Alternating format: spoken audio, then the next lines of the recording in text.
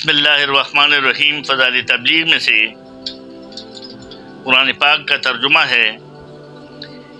بسم اللہ الرحمن الرحیم۔ اے محمد صلی اللہ علیہ وسلم، اپنے متعلقین کو بھی نماز کا حکم کرتے رہیے اور خود بھی اس کے پابند رہیے۔ ہم آپ سے معاش نہیں چاہتے، معاش تو آپ کو ہم دیں گے اور بہتر انجام تو پرہیزگاری ہی ہے۔ متعدد روایات میں یہ مضمون وارد ہوا ہے کہ جب نبی کریم صلی اللہ علیہ وسلم کو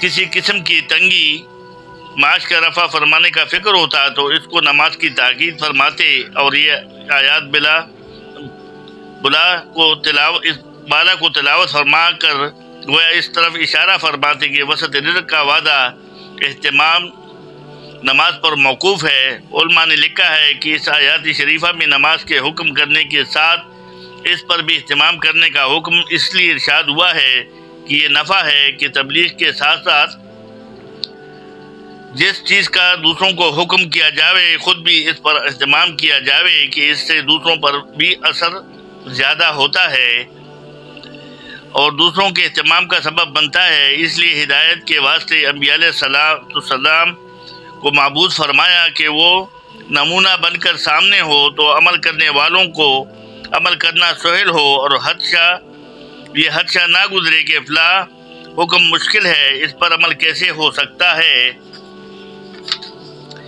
اس کے بعد رزق کے وعدے کی مصلحت یہ ہے کہ نماز کا اپنے اوقات کے ساتھ اہتمام بسا اوقات اسباب معیشت میں ظاہر نقصان کا سبب معلوم ہوتا ہے، بالخصوص تجارت، ملازمت وغیرہ۔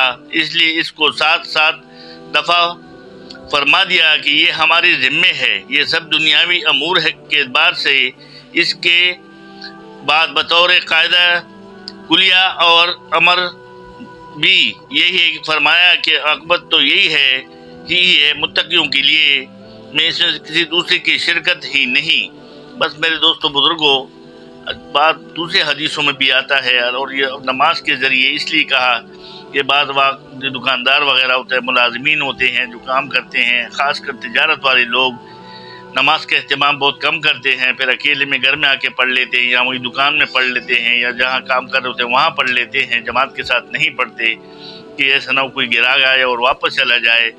تو آج سے 1400 سال پہلے قرآن پاک میں اللہ پاک نے نبی پاک صلی اللہ علیہ وسلم کے ذریعے یہ حکم ہمیں دیا اور یہ سمجھانے کی کوشش کی کہ معاش اور رزق جتنا بھی ہے یہ اللہ پاک کے اختیار میں ہے، اللہ پاک کے خزانوں میں ہے۔ ہم اس پابندی کے ساتھ نماز پڑھیں گے تو رزق کے دروازے اللہ پاک ہمارے لیے کھول دیں گے۔ اللہ پاک مجھے اور آپ کو اس حدیث کو سمجھنے اور اس پر عمل کرنے کی توفیق عطا فرمائے۔ صدق اللہ مولانا العلی العظیم۔